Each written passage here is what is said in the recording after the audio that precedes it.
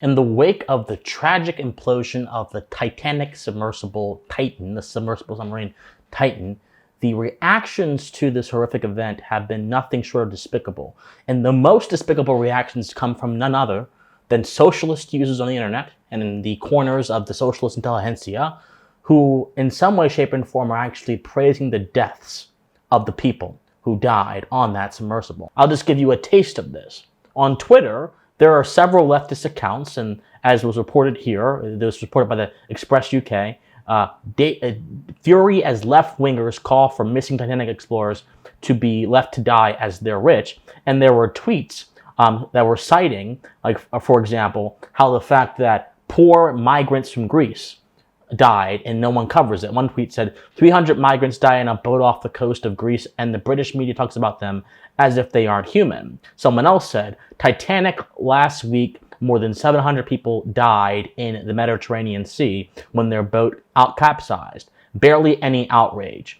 5 tourists go missing in a mini-sub on a pointless trip to the Titanic. The whole world talks about it. Those are the more tame responses. Some of the more vicious responses, however, are the following. One tweet says, with a picture of an orca whale and the Titanic sunken, said, I have nothing to say but eat the rich. Another tweet says here says, in the same vein, just saying they don't care about humanity, which means we don't need them. Hashtag eat the rich. And the text of the photo on the tweet says, people asking, why do people hate billionaires a lot during the submersible discussion? And here's the core for me. Every day, the mega rich could vastly reduce or even end mass suffering on a global scale with little cost to themselves. Every day, they choose not to. We'll explain why all of these responses are illogical and grotesque and despicable in a second, but I just want you all to see the extent of this. In fact, there is also a thread on Twitter from a user called Marxist777, which appears to be some big communist account, and they say why the Titanic submarine incident will be a victory for the working class, and some of the reasons offered are as follows. Every single billionaire is an enemy of the people whose entire life has been spent exploiting the working class masses. Billionaires' luxurious and lavish lifestyles are a direct result of the exploitation of the common working class man. You should feel no sympathy for these people. They have caused the suffering of millions of people across the entire planet. Also, the notion that it is any different if one of them is a child is completely absurd. A 19-year-old, this comment says, is no child and has actively taken part in the exploitation of millions via his father. So, in those few statements, we have a few logical and moral errors committed. Number one, guilt by association, that you are responsible for someone else's sins. That's not how it works in any context. That's not correct. Justice involves two people and their relationship to each other, not two people and their family members. So that's number one. You are not responsible for the sins of your father. Number two, it assumes that these people, by virtue of all being rich, have exploited people. Well, there's no evidence for that. And by the way, getting rich in a capitalist economy, or a mixed economy, more often than not will mean that at some level you had to exchange value, create value for people, which probably enriched the lives of those who are poor. A lot of rich folks have, in some way, shape, or form, indirectly or directly, enriched the lives of those who are poor. And third, this also goes into a generalization fallacy. Socialists and Marxists, as I will explain later in the video, don't care about logic and distinctions. They reduce all human beings to how much is in their bank account or how much they own. They reduce human beings to classes. They have a class-based model of moral understanding. And the problem with the class-based model of moral understanding is that it doesn't actually account for what human value actually is. Your value transcends how much money you have in your bank account. Your value has nothing to do with your standing in society as a member of the lower class or the upper class. Your value rests in the fact that you are a human being, and from that, everything else, our understanding of ethics, our understanding of morals, our understanding of society, flows from your being a human being. In absence of this simple eternal truth, you don't have a society, you don't have any kind of justice, you merely have tyranny. Tyranny of the mind and tyranny in loss.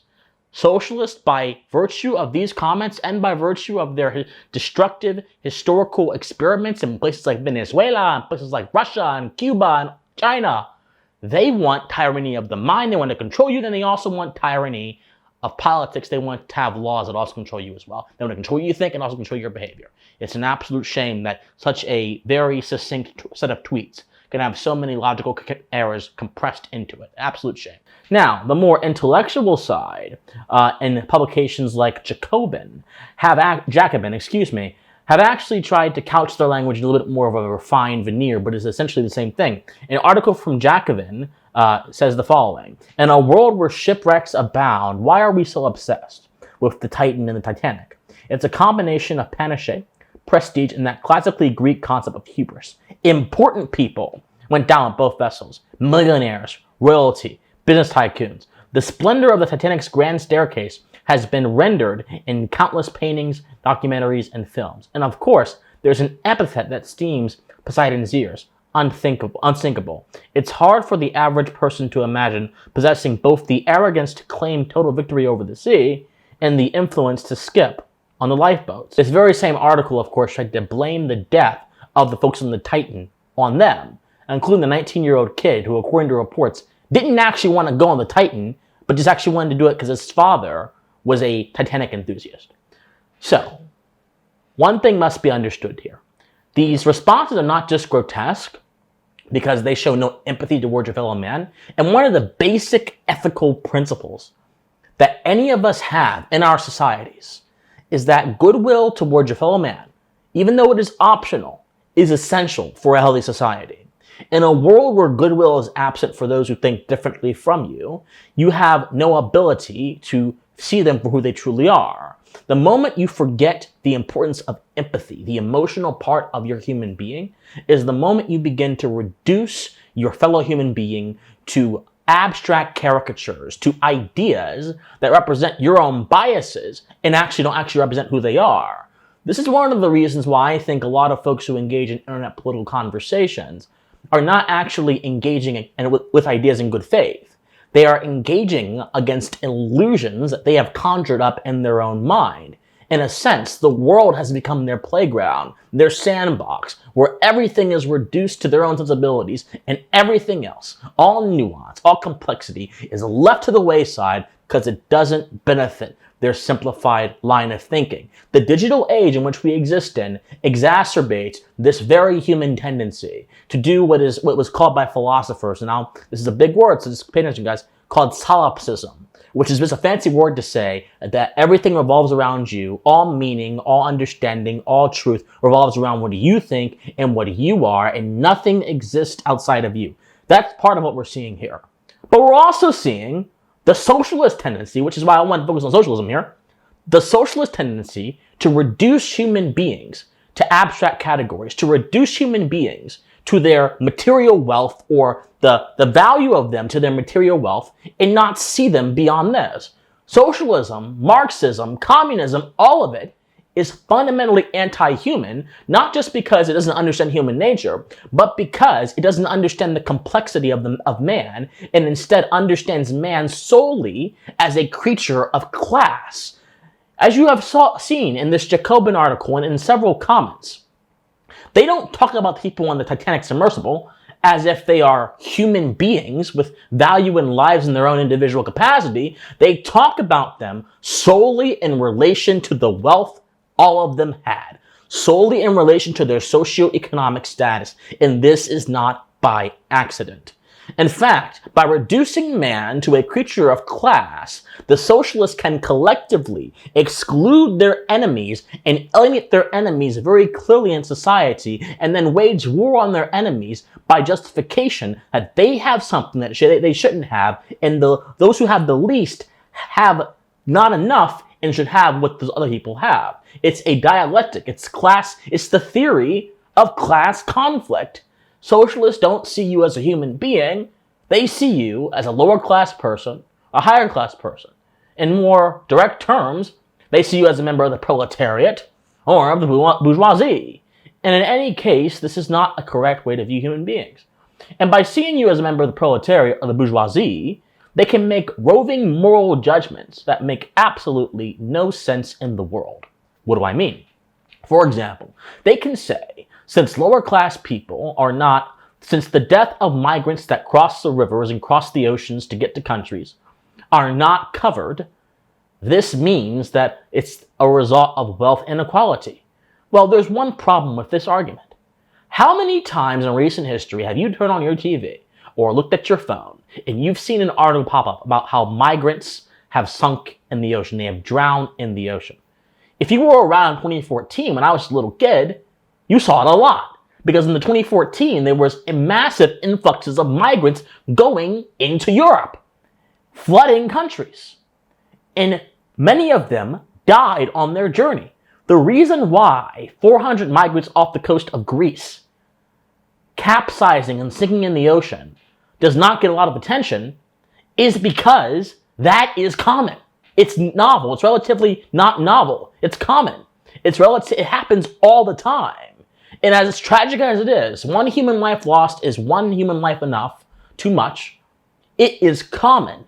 And what attracts the attention of the media? The media exists not to provide you information. The media exists to bolster their own treasury, to bolster their own influence by focusing on sensational topics. What is more sensational?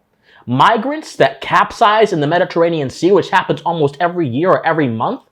Or 5 people that go down to one of the most famous wreckages in the history of mankind, especially in human history, and they happen to implode in a submarine? Not only is the latter more novel, it actually doesn't even happen normally. Out of every single Titanic expedition, because James Cameron, who did the famous movie The Titanic, he went down there to see it. Out of every Titanic expedition in the history of the world, this is the only one which had incident. So yes, it's going to attract media coverage because it's novel, it's sensational, it's rare.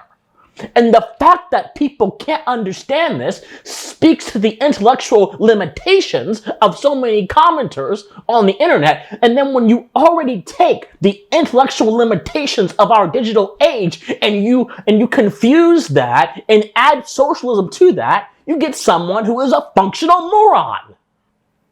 You get someone who doesn't have a basic understanding of reality. You get someone who views man as a creature of class, not as an individual.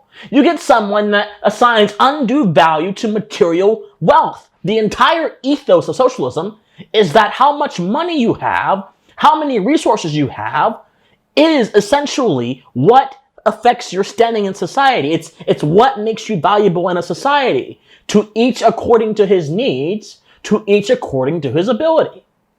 This is the ethos. It's materialism. To the socialist, you are nothing more than the amount of money in your bank account or the amount of property you happen to have in your possession. They call it personal property, not private property. To the socialist, that's what matters. And what matters to them is reducing all material differences, all differences in resources through redistribution, through stealing from some people to give to others. But once again, if you don't fit into the socialist idea of what is an oppressed person, of what is a person who has value, the lower class, then you're hated. You are hated. It's an unfortunate phenomenon, my friends. You have, in our Western civilization, you have a severe need for a revolution of the mind, which I'm doing my best to lead. But when I see such callous remarks lobbed towards people who, of course, had very quirky interests in a sunken ship. People who, of course, had... Look, and I have no doubt, if the CEO of OceanGate, the company that ran the Submersible, had actually done repairs and maintenance on his submarine and had used higher technology, this probably wouldn't have happened. So is it true that this was avoidable? Of course. Is it true that this didn't have to happen? This tragedy didn't have to happen? Of course.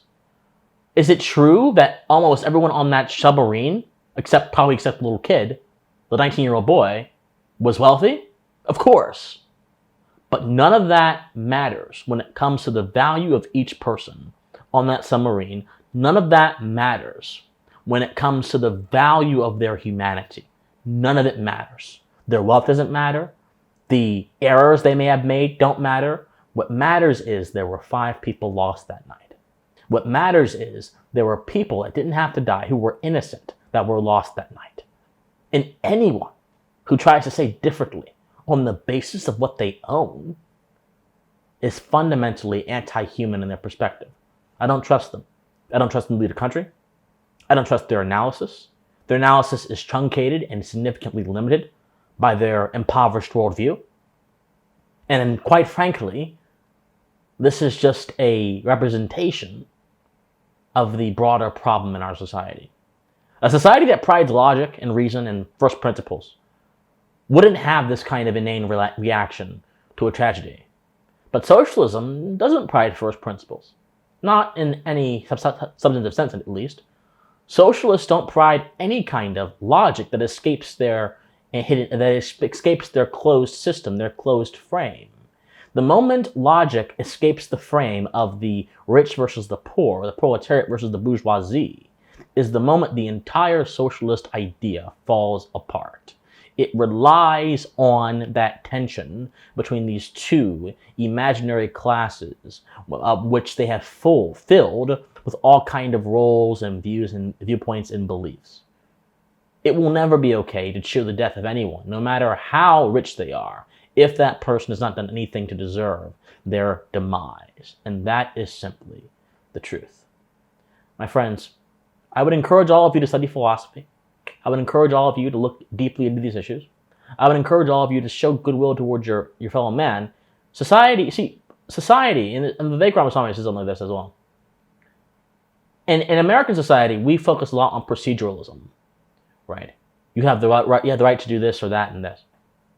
But we don't focus enough on the requirements for a healthy society. And every healthy society requires some level of goodwill amongst men, some level of charity amongst men. This is not a moral mandate, but it's a moral suggestion. Because in a society where man is not friendly to his fellow man, at the society, when things fall apart, when chaos is inevitable, when conflict no longer refines and builds, it destroys and deconstructs. This is what we've been seeing for the past 40, 50 years in Western civilization. We've seen the rise of the ideologies that seek to deconstruct and destroy and promote conflict so they can bring certain people to power. This is what we're seeing in our current culture with this queer theory and the rise of transgender children. We're not seeing a genuine organic category emerge. We are seeing power relationships being used to bring forth ideas that disrupt norms and disrupt objective truth. We must stand up to this. We must stop this. And we must be smarter about what's going on. Socialism is a dead-end proposition. It is a false and foul view of humanity. It is a false and foul view of the world. And I would encourage all of you to reject it as much as the socialists in this video have rejected the value of those fateful souls, those poor souls in the Titan Submersible. My friends, I love you guys so much. If you love me, like this video, comment on this video, share this video, subscribe to this channel. Be sure to get this message out there. We need your help, guys. It'll be you that creates the revolution of the mind that I'm trying to lead. I love you guys so much, and please, forever and eternally, I want you to stay pensive. Bye, guys.